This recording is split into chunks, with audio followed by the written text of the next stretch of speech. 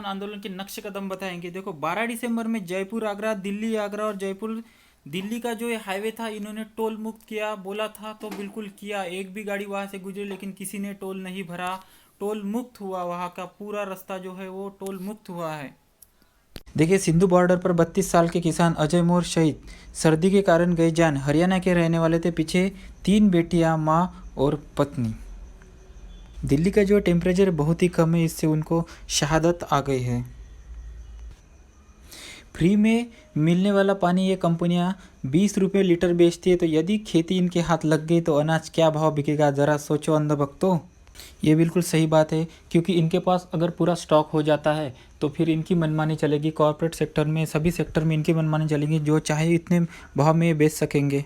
हम एमएसपी के बारे में अभी बताएंगे कि देखो कोई छोटा सा कारीगर भी होता है, एक छोटी सी 100 रुपये की चप्पल भी बनाता है, तो चप्पल उसे बेचने का अधिकार तो है, लेकिन वो कितने प्राइस में चप्पल बेचेगा वो भी अधिकार उस मैन्युफैक्चरर को मिलता है। लेकिन किसान इतना अनाज बोता है, इतना अनाज पकाता है, इतना अनाज बनाता है, मार्केट में लाता है, लेकिन उसे सेल करने की जो प्राइस है वो किसान नहीं ठहरा पाता।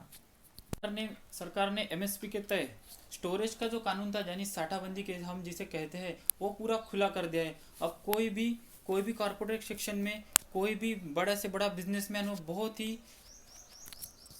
ही अनाज का स्टोरेज कर सकता है। क्या होगा हम आपको बताते हैं। इमेजिन करिए कि मैं अडानी हूँ, अंबानी हूँ, मैं गौरव सरकार हूँ, मेरे पास करोड़ों रुपए है। अगर मेरे पास करोड़ रुपए तो मैं क्या करूँगा, मार्केट से पूरा अनाज खरीद लूँगा और फिर उसे अपने जो स्टोर है मैं स्टोर कर दूंगा, क्योंकि स्टोर की कैपेसिटी सरकार ने हटा दी है। स्टोर कितना चाहे मन मर्जी चाहे आप स्टोर कर सकते हैं। मेरे पास करोड़ों अब्जों रुपए मैं पूरा स्टोर करके अपने पास स्टॉक करके रखूंगा। अगर मैंने स्टॉक किया है, स्टॉक करने के बाद मार्केट में अनाज ही नहीं रहेगा, छोटे मोटे जो खरीदार थे वो तो ऐसे ही मर जाएंगे। फिर मैं क्या करूँगा, अब मार्केट की जो सभी जो आवक थी वो ख़त्म हो गई है, मार्केट पूरा सुन्न पड़ गया है। अब मैंने जो स्टोर किया हुआ जो माल है वो मार्केट में निकालूंगा। मैंने 10 रुपये से माल खरीदा था, अब उसको 50 रुपये में बिकूंगा। किसी के बाप की हिम्मत नहीं होगी कि अडानी के मार्केट से कोई माल खरीद सके।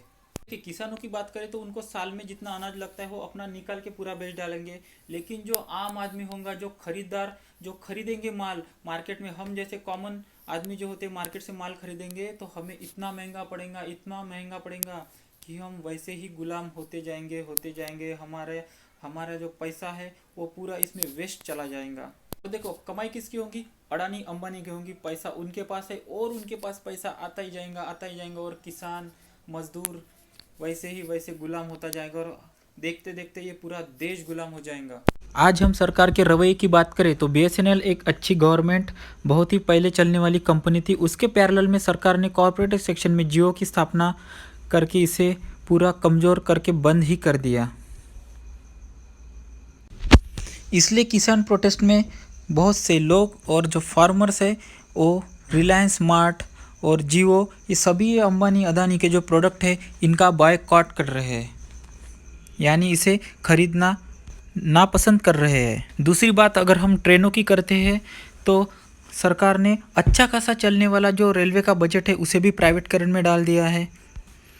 और हम स्कूलों की बात करें तो ये किसी से छुप के नहीं है, गवर्नमेंट स्कूल की हालत अब क्या हो रही है। उसके पैरेलल में सरकार ने जो प्राइवेट स्कूल को जो स्कोप दिया है, जो प्राइवेट स्कूल फिर गवर्नमेंट को जो फंडिंग करता है, उसी से ये प्राइवेट स्कूल अच्छे से चल रहे हैं और गवर्नमेंट स्कूल बंद की कगार पे आ रही है। गरीब के बच्चे पढ़े तो कहाँ पे पढ़े। पब्लिक स्कूल वर्सेस प्राइवेट का जो एक कंपटीशन चल रहा है।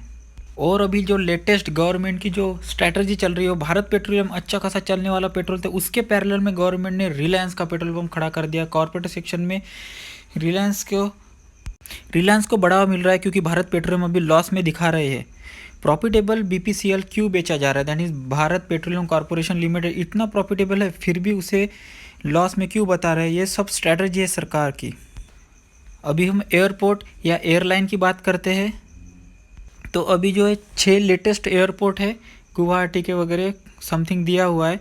वो जो एयरपोर्ट है वो अदानी के अंडर में आ गए, यानी अभी अदानी का इसके ऊपर पूरा जिम्मा होगा, उसका पूरा प्रॉफिट अब अदानी को जाएगा और प्रॉफिटीकरण में पूरे डाल दिए है।